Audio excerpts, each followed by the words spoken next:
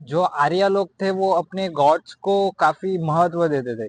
तो जो आर्या लोग थे वो भी बाकी सिविलाइजेशन की तरह, जैसे चाइनीस हो गया, इजिप्शियन सिविलाइजेशन थी जो पहले की, वो उन्हीं की तरह जो एलिमेंट्स गॉड्स थे उनको ज्यादा प्रीफर करते थे। जैसे सन, अर्थ हो गया, रिवर्स हो गया, वो इन्हें गॉड मानते थे। तो उनका ऐसा मानना था कि अगर वो अपने गॉड्स को खुश नहीं रखेंगे तो बारिश कैसे होंगी, उनकी फसलें कैसे होंगी, उनके जानवरों का क्या होगा। इनका ऐसा मानना था आर्यस पीपल का। आर्यस पीपल थे, उन्होंने ये रियलाइज कर लिया था कि जितने भी वो प्रेयर्स करे at the end of the day, की मतलब वो जितने भी प्रेयर्स करे वो उनके लिप सर्विस ही थी आखिरकार। पर उन्होंने उन्हें ऐसा लगता था कि उनके जो भगवान है उनसे और कुछ मांगते, उनसे कुछ सॉलिड मांगते। तो जो आर्या लोग थे वो लोग सैक्रिफाइसेस करने लगे, जिसे वो यज्ञ कहते थे। डिफरेंट डिफरेंट टाइप के यज्ञ होते थे। जैसे उनकी जैसे डिफरेंट डिफरेंट मांग्स के लिए वो डिफरेंट डिफरेंट टाइप्स के यज्ञ हो करते। हाँ, जैसे कि लॉन्ग लाइफ हो गया, सक्सेस इन वॉर हो गया, अच्छी फसल हो गया, बहुत सारे बच्चे हो गए, ऐसे वो गॉड से मांगते थे डिफरेंट गुण। ये जो काम था इसे अकम्प्लिश करने के लिए उन्हें कुछ सॉन्ग्स बोलने होते थे।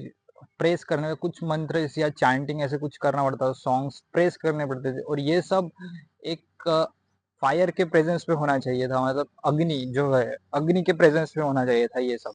तो ये सब जो काम था उन्हें एक अग्नि के प्रेजेंस में करना होता था। तो और ये लोग अग्नि के अंदर खाने की चीजें डालते थे, जैसे कि राइस हो गया, मतलब चावल हो गया, मिल्क हो गया, सोमरस हो गया, घृरता हो गया। घृरता मतलब देसी घी जो इन लोग डालते थे।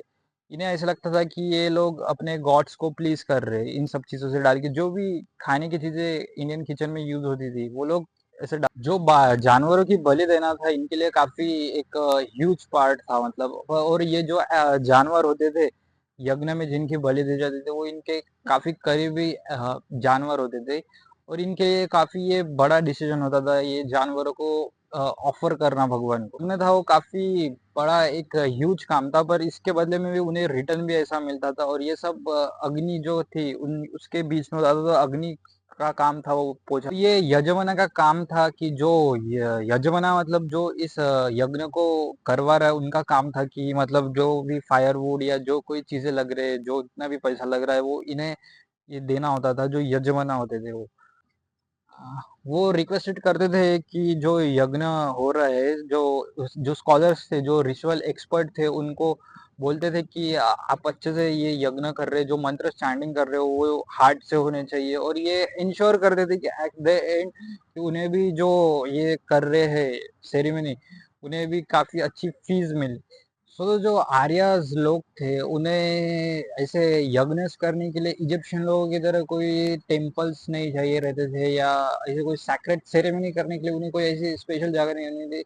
यज्ञ जस्ट एक छोटे से फैमिली के लिए भी हो सकता था। जो यज्ञ कुंड था उसे कुछ देर तक और चलाने के लिए, जब तक यज्ञ पूरे नहीं होता, उसमें वो कुछ ऑयल सीड्स डालते थे, ऐसे कुछ चीजें डालते थे जिसकी वजह से वो यज्ञ कुंड था वो जलते रहता। और उसमें कुछ पवित्र जल डालकर और मंत्रस की चैंटिंग कर कर और कुछ रिचुअल्स के साथ उसे पूरा किया जाता था। जैसे ही वो यज्ञ पूरा हो जाता था वो उस यज्ञ को डिसमेंटल कर देते थे, यानी मतलब तोड़ देते थे, ताकि मॉडर्न लोगों को या ऐसा कुछ था कि उन्हें कुछ ऐसा पता नहीं चले, कोई उसे ट्रेस ना कर पाए, इसलिए वो उसे डिसमेंटल कर देते थे जैसे ही वो यज्ञ हो जाता। जो यज्ञ में कुंड होते थे वो स्क्वायर शेप के होते थे, और मोस्टली क्योंकि जो स्क्वायर शेप है उसे ज्योमेट्रिकली कंसीडर सैक्रेड किया गया है, मतलब जो कुंड के लिए यूज में आता है। और बहुत से अलग अलग वेरिएशन टाइप्स के कुंड बनाए जाते थे स्क्वायर्स में। और एक जो कुंड होता है वो राइट एंगल रोम्बस में होना चाहिए। और जो आर्या लोगों की सोसाइटी थी वो भी अब चार भागों में बट गई। जिन्हें वेदास और रिचुअल्स आते थे उनको ब्राह्मण कहलाए गए। और जो क्लैन की रक्षा करते थे, जो स्टैंड लेते थे, जो लीड करते थे, और मतलब जो अपने ट्राइब को बचाते थे, जो यज्ञ वेग्नस कराते थे, उनको क्षत्रियस कहा गया। और जो फार्मर्स होते थे या मर्चेंट्स होते थे उन्हें, जो वो थर्ड ट्राइब कहे गए, उन्हें वैश्यास कहा जाता था। ब्राह्मण्स होते थे वो ज्यादातर वेदास और वो थॉट्स और डीप माइंडेड थॉट्स वाले थे, और उनके पास काफी कम मतलब स्किल्स रहती थी अर्न करने के लिए। और वो लोग ज्यादातर किंग्स जो होते थे उनके उनसे मतलब किंग का काम होता था कि वो उन्हें अच्छे से फंड कर पाए। और ब्राह्मण्स को the smallest Werner's of tribe, मतलब जो नंबर्स में गिनती में काफी कम होते थे ये लोग। और जो टॉप के दो वर्नर्स थे, ब्राह्मण और क्षत्रिय, ये काफी मतलब जो ये वर्नर्स की रेस में ये दोनों आगे थे। और ऐसा बोला गया है कि फिर ये जो वर्नर्स थे वो वेदास ने लगाए या देयरफॉर गॉड्स ने लगाया, ऐसा बोला गया। पर जो वेदास थे वो सिर्फ ब्राह्मण्स को ही पता थे, तो जो वो फिर अगर जो वो बोलते थे उन्हें वही मानना पड़ता था, और ये टोटली अनफेयर था।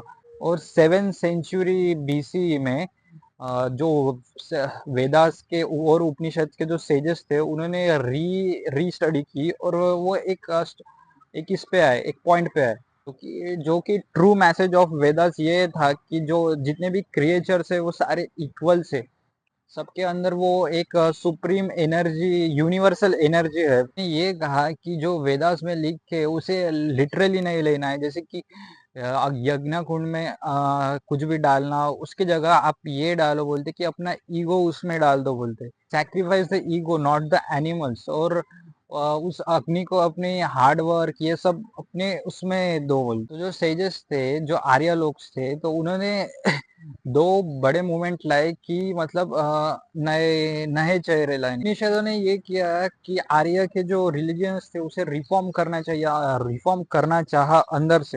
और उन्होंने आर्य रिलीजियस के काफी चीजों को रिजेक्ट कर दिया, जैसे कि वेदास हो गया, यज्ञ हो गया, एनिमल सैक्रिफाइस हो गया, कास्ट सिस्टम हो गया, इसे उन्होंने टोटली इग्नोर किया या रिजेक्ट किया उन्होंने। पर कुछ कुछ जो कोर बिलीफ्स थे जो उन्होंने रिटेन किए, और दो नए रिलीजियस बने जो अहिंसा में विश्वास रखते, non violence, equality to all creatures. They were called Jainism and Buddhism. Centuries के बाद जो वैदिक आर्यस का रिलीजन था वो रिवाइव नहीं हो पाया, और वो क्रॉस कर गया विद्या को क्रॉस कर गया, मतलब साउथर्न पेनिसुलिया को वो चले गया साउथ की तरफ।